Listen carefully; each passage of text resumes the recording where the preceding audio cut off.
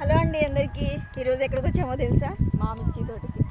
ఎప్పుడు వేసినా మేము ఈ స్పైసీ ఉన్నవే వేస్తాము. మా సైడ్ ఏంటంటే మిర్చిని పండిన తర్వాత కోపించి తర్వాత ఎండబెట్టి వాటిని గ్రేడింగ్ చేసి మిర్చి కారం మసాలా కారం ఇవన్నీ వేయించుకోవడం అలా చేస్తారు కదా. ఆ ప్రాసెస్ రావడానికి ఈ మొక్కల్ని ఎంత కేరింగ్గా చూసుకోవాలో ఒక అగ్రికల్చర్ చేసే వాళ్ళకి అర్థమవుతుంది. కొనే మనకి వాడే మనకి అసలుకి తెలీదు.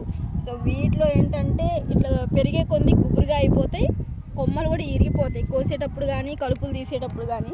కావాలంటే చూడండి ఎంత నీట్గా ఉంటుందంటే ఒక కలుపు మొక్క కూడా ఉండదు మన.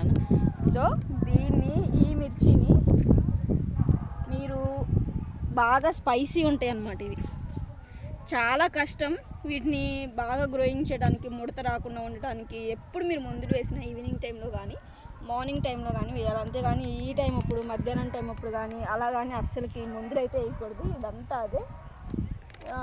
ఇవి నాటు ఇత్తనాలు కాదు, 341 సీడ్స్ అనమాట.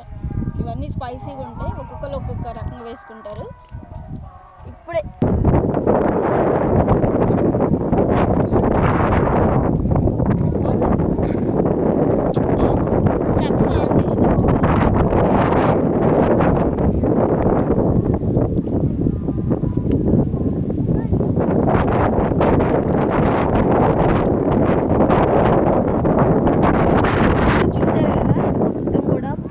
పిండి మీద ఉంది. ఇంకా ఈ మొత్తం ఈ పండి బాగా 2-3 కోతలు అవుతాయండి. ఎందుకంటే పక్కనే మనకి కాలువ ఉంది. వాటర్ అనేది ప్రతిసారి కోసిన వెంటనే మనం తిప్పని ఈ మెట్ట ప్రాంతాన్ని తడపాలి. తడిపితేనే దీనికి మళ్ళీ వాటర్ అవుతాయి కాయలు కోసిన తర్వాత.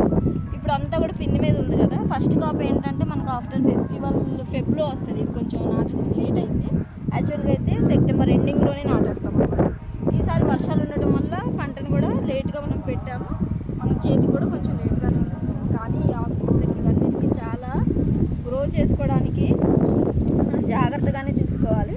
సో ఇదంతా కూడా మా మిర్చి తోట చూసారు కదా, ఇలా దారిలా కనిపిస్తుంది కదా నాటడం. ఇవన్నీ చాలా కష్టంతో ఉంటుంది మిర్చి తోట. కానీ మనం ఎంత లాస్ వచ్చినా కూడా వ్యవసాయాన్ని అయితే వదులుకోలేం కదా. అదొక మిర్చి అంటారు అట్లా.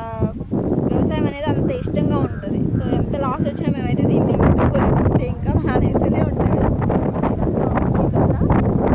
లాంగ్ వీడియో కూడా పోస్ట్ చేస్తాను, డెఫినెట్గా చూడండి.